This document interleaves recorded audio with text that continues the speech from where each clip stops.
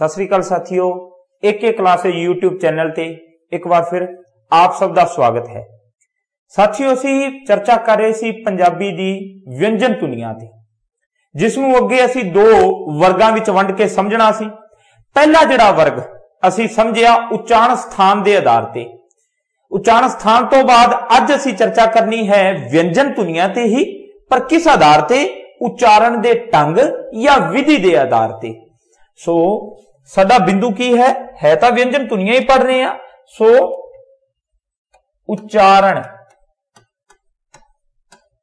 ढंग या इसे नूं ही असी कह सकते हां उच्चारण ढंग या उच्चारण दी विधि दे आधार ते व्यंजना दा असी वर्गीकरण समझांगे। साथियों, इसनूं समझण लई असी अगे दो भागां विच होर वंडदे हां। जो व्यंजन धुनियां है उच्चारण ढंग के आधार ते समझदे हां, इसनूं अगे असी दो होर भागां विच वंडदे हां। पहला साथियों जिहड़ा भाग होया वो होया किहड़े व्यंजन? डकवें व्यंजन। डकवें व्यंजन ते दूजा होया अडकवें व्यंजन। अडकवें व्यंजन। साथियों, ये जो लेक्चर है समझण तो पहला मैं कुछ गल्लां क्लीयर होर कर लवां।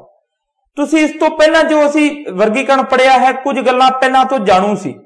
कंठी तालवी ये थोड़े लिए ना किते पहला तो सुने हुए सन, स्वर व्यंजन ना सुने हुए हैं, पर अज जो असी चर्चा कर रहे हैं उन्हां विच कुछ जिहड़े ना हन जो शब्द आ रहे हैं, जिवें डकवें अडकवें हो सकता है थोड़े लिए बिल्कुल नवे होण। इस तो बाद असी गल करांगे नाद दी, नादी, अनादी, महाप्राण, अलप्राण।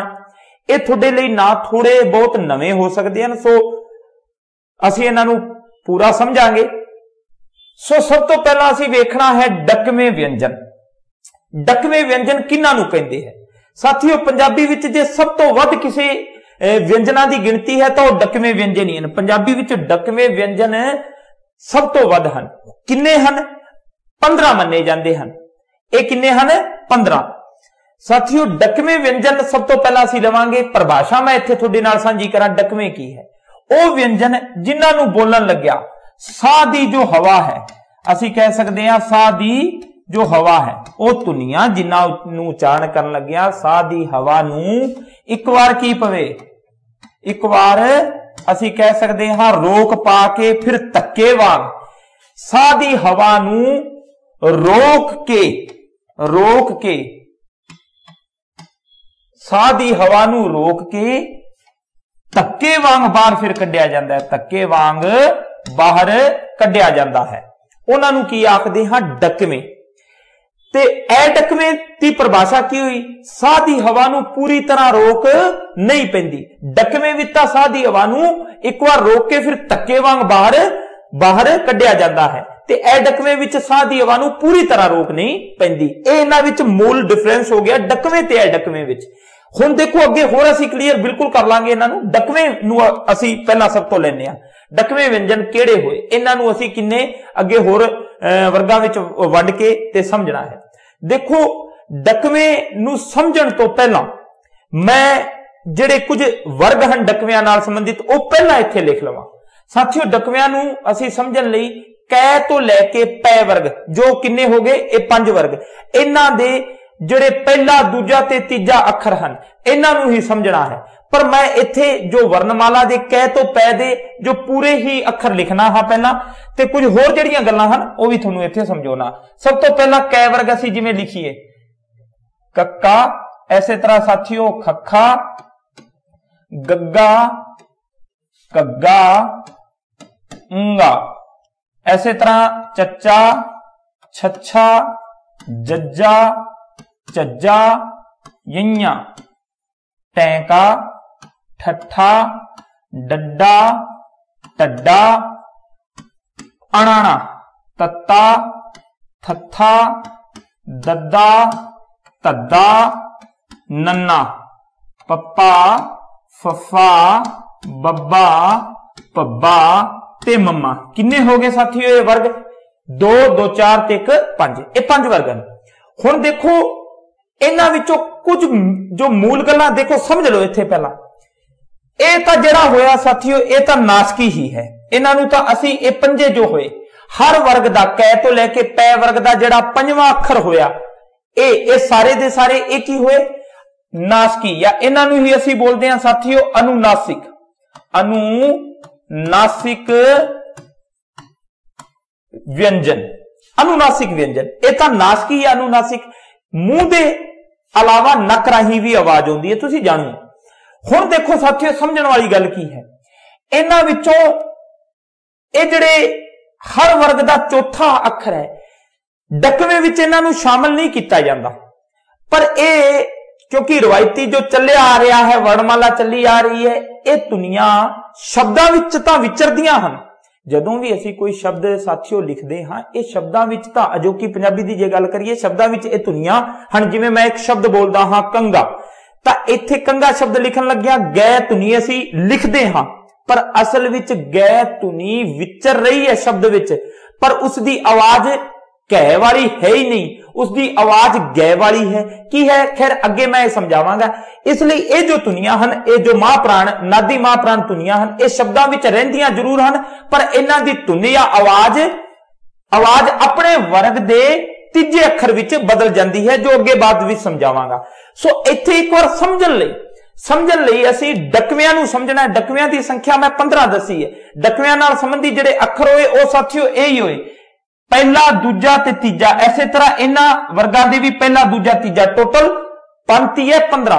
पर समझण लई मैं इत्थे नासकी एक बार हटा देना हाँ ते ये 20 अखर एक बार लेना हाँ कि इन्हां नूं असीं किवें समझना है।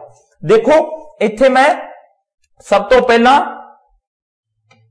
ये जिहड़े होए इन्हां नूं असीं पासे रख लेने हैं। ये तो सारे दे सारे की होए साथियों, ठीक है, ये तो अनुनासिक होए। हुण इन्हां नूं असीं समझना है, इन्हां नूं समझना है। डकवियां नूं अगे असीं एक तां साथियों किस दे आधार ते नाद दे आधार ते, नाद दे आधार ते दूजा प्राण दे आधार ते, नाद ते प्राण दे आधार ते अगे होर वर्गां विच वंडदे हां। हुण इत्थे नाद की है ये होर समझो। मैं वखरे वखरे भी समझा सकदा सी भी पहला नादी लेंदा पर नहीं, थोनू थोड़े लिए बहुत सौख हो जानी है क्योंकि मैं इसनूं सारणीबद्ध करके ना परिवार वंड के ते बिल्कुल ट्रिक वाइज समझाउण दा यतन करना हाँ ताकि होर सौख हो जाए। तुसीं सिर्फ इत्थे पहला नादी समझ लो भी नादी की है ते महाप्राण या अलप्राण की है। नाद तो भाव आवाज होया। साडियां सुरतंत्रियां जदों काफी नेड़े हुंदियां है उन्हां विचों जिहड़ी साह दी हवा है वह जदों तंग होके निकलदी है। साडियां सुरतंत्रियां जदों काफी की हुंदियां साथियों नेड़े हुंदियां है। नाद मैं समझा रहा, सुरतंत्रियां जदों की हुंदियां काफी नेड़े हुंदियां तां उन्हां विचों लंघण वाली हवा है जो वायु है वह कंपन पैदा करती है। की पैदा करती है? कंपन। जदों कंपन पैदा करती है ऐसियां धुनियां जदों उचारियां जांदियां हन तां उन्हां नूं किहा जांदा है साथियों नादी धुनियां या नादी व्यंजन। जदों कंपन पैदा होवे ते जदों कंपन पैदा ना होवे साह दी साडे सुरतंत्रियां विचों साह दी हवा बिना कंपन तो गुजर जावे उसनूं असीं आखदे हां अनादी, ठीक है, या नाद रहत। किताबां विच तुहानूं नादी ते नाद रहत भी मिल सकदा है, नादी ते अनादी असीं इस तरह भी कह सकदे हां। नाद तुहानूं गल समझा गई भी नाद तो की भाव होया। हुण देखो प्राण, प्राण तो भाव तां हुंदा है साथियों साह दी मिकदार, साह दी मिकदार तो। हुण देखो साह दी मिकदार, इत्थे मैं शब्द लिख देना हां मिकदार। मिकदार तो भाव हुंदा है मात्रा ही, साह दी मात्रा कह लो, साह दा परिमाण कह लो भी ऐसियां धुनियां जिन्हां नूं उचारण लग्गिया साडा साह किन्ना लगदा है, किन्नी मात्रा लगदी है, वध लगदी है या घट लगदी है। सो जे तां लगे वध तां उन्हां नूं असीं की बोलांगे, ठीक है, समझ गए तुसीं, महाप्राण, ठीक है। ते जदों लगे घट, साह दी मात्रा जदों घट लगे तां उस नूं असीं की बोलांगे अलप प्राण, अलप प्राण। सो अलप प्राण ते महाप्राण, प्राण दे आधार ते भी असीं हुण समझना है इन्हां नूं नाद, नादी ते अनादी। इत्थे ये भी मैं क्लीयर कर दिया, नादी नूं ही असीं सहघोष कहने हां ते अनादी अघोष हो गया। ਘੋषता के आधार पर भी वेखते हैं। सो इको ही गल है, नादी नूं असीं की कह सकते हाँ, ठीक है, नादी होया सहकोश। हुण देखो समझना असीं इन्हां नूं है, इत्थे पहला पहला जिहड़ा ए होया, इसका मैं ऐ करना है, जिहड़े पहले दो अखर है ना हरेक वर्ग दे, ए अलग एक मैं इन्हां दा घर बना देना परिवार, ए वखरा परिवार हो गया, ठीक है। ते ए वखरा परिवार ले लो, ए वखरा परिवार ले लो, ठीक है, ए एक वखरा परिवार हो गया। हुण देखो इस परिवार का जिहड़ा नाम है वह मैं रख देना हां अनादि। एक ए परिवार की है अनादि, ते ए परिवार का की नाम है नादी। ए हो गया साथियों, ठीक है, नादी। हुण हर परिवार दे समझना है सी भी किहड़ियां धुनियां अलप्राण हन, किहड़ियां महाप्राण हन, किहड़ियां नादी हन ते किहड़ियां नादी हन।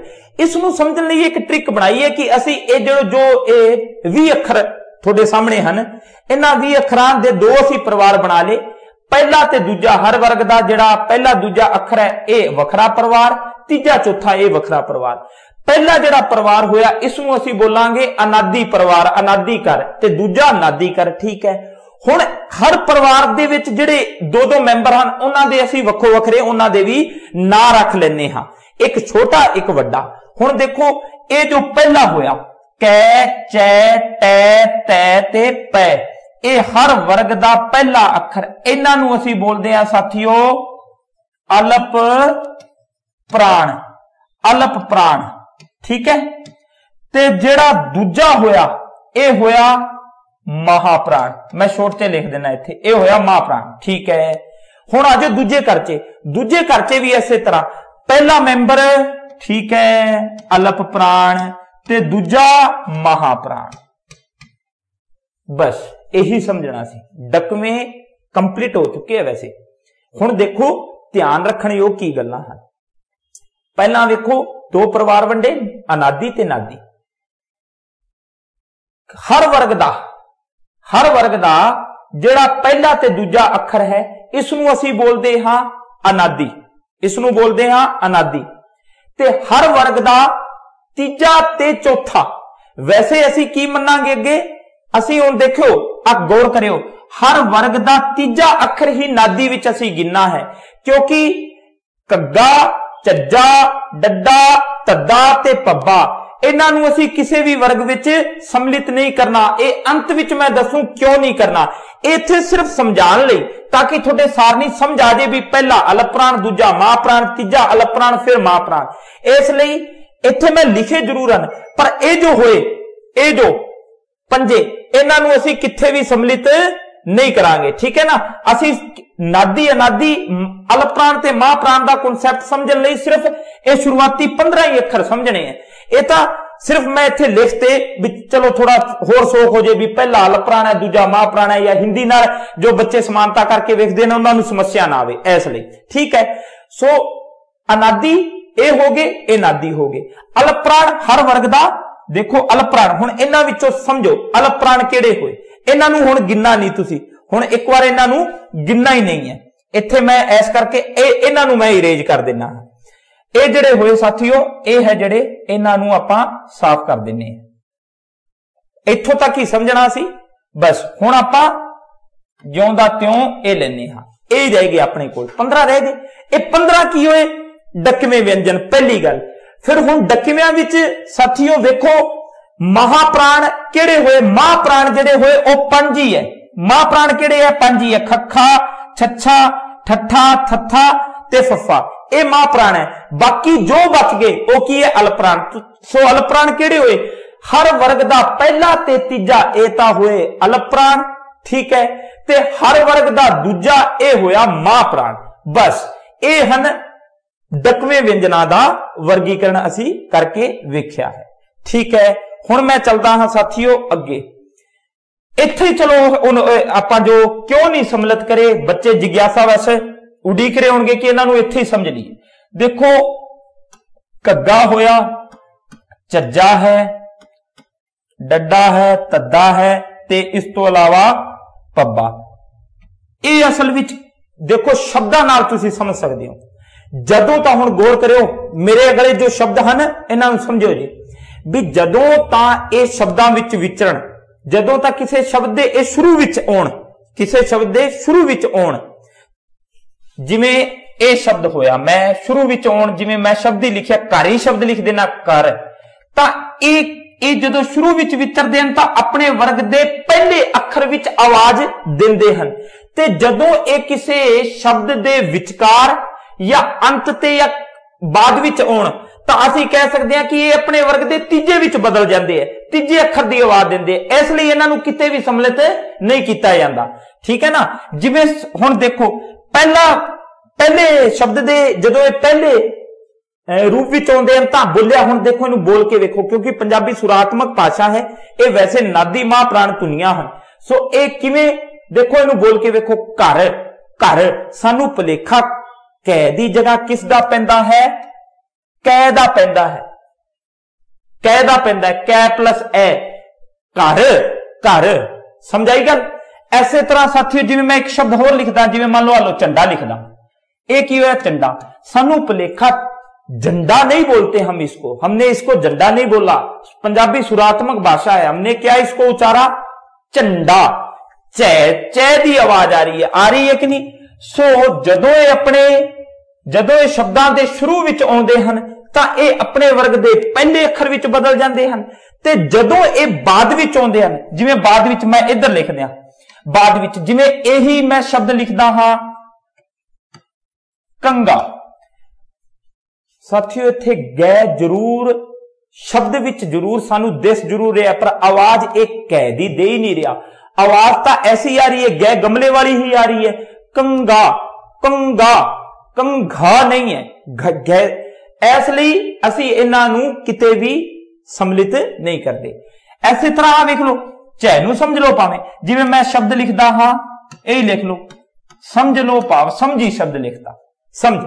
हुण झैल बाद विच आया है, दूजे रूप विच आवे या अंत विच आवे, किते भी आवे, हुण देखो झै आया बाद विच, तां इह अपने अखर दे अपने वर्ग दे तीजे अखर विच बदल जू। किवें इह बोलिया जा लिखिया गया है समझ, पर पंजाबी आपां सुरात्मक भाषा होण दी वजह नाल बोलदे की हां समझ, समझ जै दी आवाज आ रही है, बस यही चीज मैं इत्थे समझाउणी सी। इत्थे आवाज दे रहा है जै दी, इत्थे इह दे रहा है गै दी। होर भी सौखा समझना है ना, तो एक शब्द मैं होर लेना, यह छड़ देना, इत्थे इस चीज नूं समझो, हिंदी या बागड़ी बोलण वाले असी राजस्थानी यहां खूब इस चीज नूं सौखे तरीके नाल समझांगे। जिवें देखो यह शब्द है शुरू विच मैं लिखदा हां, जिवें एक शब्द असी लिखदे हां भैण, असी बोलने हां भैण, पर बागड़ी बोलण वाले इसे नूं भैण बोल देंदे, भैण भरा। ਇਹ बस ਉਹੀ कारण है क्योंकि जदों ये शुरू विच आउंदा है तो अपने वर्ग दे पहले विच बदल जाता है, यानी कि आवाज किस दी दिंदा है, ये पै दी, भैण भरा। इस तरह लगता भुलेखा जा पैंदा है कि पै दी जी आवाज भी थोड़ी थोड़ी आ रही है, लिखा भैण लिखा भैण गया है, ठीक है, भरा। इस तरह साथियों ते जे अंत विच आवे, जिवें आ देख लो, जिवें आई शब्द लिखिया मैं सब, जिवें मैं शब्द लिखिया सब, हुण देखो पै है जरूर शब्द विच, पर आवाज दे रहा है बै दी, अपने वर्ग दे तीजे अखर दी, सब, बस यही। ऐसे तरह ये शब्द कोई भी शब्द ले लो, जिवें आ है शब्द बुढ़ा, बूढ़ा तो नहीं बोल रहे, बुढ़ा, बै दी आवाज आ रही है कि नहीं, बस यही चीज है। धोबी शब्द लिखो, धोबी ऐ लग रहा है जिवें धोबी, धोबी नहीं धोबी, तै दी आवाज आ रही है, जे शुरू तो होवे, बस यही चीज असी समझनी सी। फिर इत्थे एक होर मैं क्लीयर कर दिया, फिर ये दुनिया चलियां क्यों आ रही हैं। असल विच जदों असी कंसैप्ट असी समझिया सी पंजाबी दियां उपभाषावां दा, उपभाषावां विच साथियों पोठोहारी, या मैं कह सकदा हां जिहड़ियां पाकिस्तानी पंजाब विच उपभाषावां पंजाबी दियां बोलियां जांदियां ना, पोठोहारी ले लो, मुल्तानी ले लो, उन्हां विच ਇਹ नादी मां प्राण धुनिया का उच्चारण जिउंदा त्यों हुंदा है। जिवें कुछ तुसीं उन्हां दी सुर या जिहड़े भारत विच भी रहण वाले कुछ मुसलमान भैण भरा हन, उन्हां दी तुसीं जे शब्दावली कदे सुनी होवे ना, तां ओह किस तरह बोलदे आ, जिवें असीं कहंदे ना भैण भरा, ओह कहंदे भरा भैण, इस तरह। सो इत्थे मैं क्लीयर कर दिया, इन्हां दी होंद है कित्थे है, उपभाषावां विच अज भी इह जिउंदे त्यों है। भैन भरा इस तरह वो बोलते हैं, या होर भी इन्हां तो भी शब्द वो ज्यों दे त्यों ही लेंदे हैं। सो एक सी गल साथियों ढकवें व्यंजना दी। हुण आजो जो बच गए उन्होंने असीं ए ढकवें कहांगे, ए ढकवें व्यंजन। व्यंजन साथियों कुछ एक मैनू मित्रां दे कुछ सवाल जवाब आए, इत्थे मैं वो भी एक साझे कर लवां। एक दो मैनू रहवां आईयां कि मैं खासकर पंजाबी लिखन लग्या कुछ राइटिंग है जो कई हो सकता है ना समझ आ रही होवे, सो इसलिए मैं थोड़े सारिਆਂ तो क्षमा मंगदा हां कि क्योंकि मैनू क्योंकि राइटिंग मेरी कोई खास नहीं है, सो ये तुसी थोड़ा जा गौर कर ले। मैं जो शब्द उचारदा हां शब्दां में नहीं ध्यान तुसी जरूर रख लिया करो, राइटिंग जो है सो है बई। सो इत्थे ए ढकवें व्यंजन। एक कमेंट आया सी किसी मित्र दा, साथी ने पूछा है कि अदक दी वरतों, अदक दी वरतों किन्ना नाल हुंदी है, किहड़ियां लग्गां नाल। साथियों व्याकरण दृष्टि नाल मैं उदे ही गल क्लीयर करती सी, किन्नियां लग्गां नाल हुंदी है, 3 नाल, मुक्ता सिहारी ते औंकड़ नाल। बस यही याद रखना है, व्याकरण दृष्टि नाल यही है। हां कुछ अंग्रेजी दे अखर हुंदे हन जिन्हां नाल कई बार अदक दी वरतों हो जाती है, पर उस ओ अंग्रेजी दे अखरां ते दुलावां दी जे लग लगी होवे। जिवें मान लो एक शब्द मैं लिख देना, ये चल पिया जिवें ये शब्द है ये हैड, हैड शब्द हैड मास्टर जिवें इंग्लिश दा शब्द है। सो इस दे नाल कई बार इस तरह सानू मिलिया लिखा मिल सकता है हैड पेन इस तरह। सो ये तो रिवायत है, रिवाज पै गया है, लेकिन व्याकरण दृष्टि नाल असीं अदक 3 नाल ही मनांगे बस, मुक्ता सियारी औंकड़। ठीक है, हुण वापस आउणा हां राइटिंग लई मैं तुहाडे तो बई माफी मंगदा हां। ए ढकवें व्यंजन है जिहड़े इन्हां नूं असीं थोड़ा जा हुण समझदे हां। ए ढकवें जिहड़े होए साथियों बाकी जो बच गए जिवें यैरै लैवै, ये तां असीं सारी दी सारा वर्ग छड्डिया है। इन्हां विचों पहला यै ते वै नूं असीं वेख लईए, यै ते वै इन्हां नूं असीं की समझदे हां। ठीक है, चाहे तां इन्हां नूं कह दिओ साथियों अर्ध स्वर ते चाहे कह दिओ अर्ध व्यंजन, अर्ध स्वर या अर्ध व्यंजन, क्योंकि एक कदे स्वरां विच ते कदे व्यंजनां विच बदलिंदे रहिंदे हन। ठीक है, इन्हां नूं ही असीं ये देखो इन्हां नूं ही असीं बोलदे हां सरकवें। सरकवें साह दी हवा जीभ नाल सरक के बाहर निकलदी है, इसलिए इन्हां नूं सरकवें व्यंजन भी कहा जाता है। यै ते वै दा एक नाम होर असीं कह सकदे हां, की कह सकदे हां, सरकवें। ठीक है, क्योंकि जिहड़ी साह दी हवा है वो जदों व्यंजनां दे रूप विच उचारे जांदे हैं ना तां जीभ दे काफी क्योंकि नेड़े लग जाती है तालू नाल, जिवें यै दा असीं उचारण करदे हां, ते जिहड़ी साह दी हवा है वो बिल्कुल सरक के असीं कह सकदे हां बाहर निकलदी है, इसलिए इसनूं सरकवें भी कह दिंदे हैं। वैसे अर्ध स्वर तां असीं जाणदे ही यै ते वै। हुण रह गया साथियों अगला यै वै, एक रह गया रै। जो रै है, रै नूं असीं वेखना है कांबवां, कंबवां, कांबवां कह दिओ कंबवां व्यंजन, क्योंकि कंपन पैदा हुंदी है इसनूं बोलण लग्या। साडी जीभ दी जिहड़ी नोक है वो थरथराउंदी जी है ना, वाइब्रेट जी करदी है साडे मसूड़ियां नाल या दंदां नाल जदों लगदा है, जिवें र इस तरह है ना। सो ये हो गया कंबवां। ऐसे तरह एक व्यंजन रह गया साथियों राड़ा। राड़ा नूं असीं बोलदे हां फटकवां। केड़ा? ठीक है, फटकवां व्यंजन। क्यों? क्योंकि इसनूं बोलण लग्या साडी जीभ फोल्ड होके तालू नाल लगदी है, सख्त तालू नाल, ते फिर फटके राई फटक के वापस अपनी मूल अवस्था ते आउंदी है, इसलिए इसनूं फटकवां व्यंजन आखदे हां। नासकी तुसीं जाणदे हो, नासकी जो हर वर्ग दा कै तो पै वर्ग दा 5वां अखर वो नासकी हो गए। इस तो अलावा हुण बच गए साथियों, ये पहला भी मैं चर्चा कर ली सी, जिवें सै हो गया सुर यंत्री धुनी सै। बाकी बिंदी वाले अखर हो गए, सस्से पैर बिंदी, खखे पैर बिंदी, गग्गे पैर बिंदी, जज्जे पैर बिंदी, फफे पैर बिंदी, ए लल्ले पैर बिंदी इत्थे मैं नहीं लिखाया। ये किन्ने हो गए? 2 2 4 ते 2 6। ये 6 मैं तुहानूं दस्से सी, ये होए साथियों संघर्षी। संघर्षी व्यंजन खैवे भी इन्हां नूं कह दिंदे आ, क्योंकि साह दी आवाज फिर कह सकते हां रगड़ खा के या ख के बाहर निकलती है, इसलिए इन्हों संघर्षी या खैवें असी व्यंजन आखते हाँ। ये छी होए। हुण साथियों इस विच मैं छड्ड के आया लै। देखियो लै चाहे ए लै होवे ते चाहे ए लल्ले पैर बिंदी, एक तां दंती जिसका उच्चारण दंत तो हुंदा है, दंती ते ए हो गया तालू वाला। ए दोहे ही इन्हां दा नाम असीं रख सकते हैं पार्श्विक। की नाम रखने इन्हां नूं? पार्श्विक। पार्श्विक इसलिए क्योंकि इन्हां नूं जदों उचारदे हां चाहे तां जीभ दंद ते लगे, जिवें मैं लै उचारदा हां, वेखो लै। सो जो लै उचारदे हां तां साडी जीभ भावें दंद नाल लग जांदी है, पर दोहां पासियां तो जीभ दे दोहां पासियां तो जो साह है वह बाहर निकलता रहता है। पार्श्विक पासियां तो हो जो साह की हवा है वह निकलती रहती है। ऐसे तरह लल्ले पैर बिंदी का उच्चारण इसका भी करने लै तां भी बिल्कुल वही स्थिति बनती है। सो इन्हां नूं असीं बोलते हैं पार्श्विक। सो ये जो बच गए सी यै वै अर्ध स्वर हो गए, सरकवें भी इन्हां नूं कह लेने हाँ, रै कांबवा व्यंजन है, राड़ा फटकवा है, ये सारे संघर्षी हो गए, लै ये पार्श्विक हो गया। सो ये सन एडकवें व्यंजन। इत्थे एक चीज होर मैं क्लीयर कर दियां तुहाडे नाल, 3 प्रकार के प्रश्न व्यंजना नाल संबंधित मूल शायद हो सकता है शुरू तो मैं गल करी होवे, वो आउंदे हन।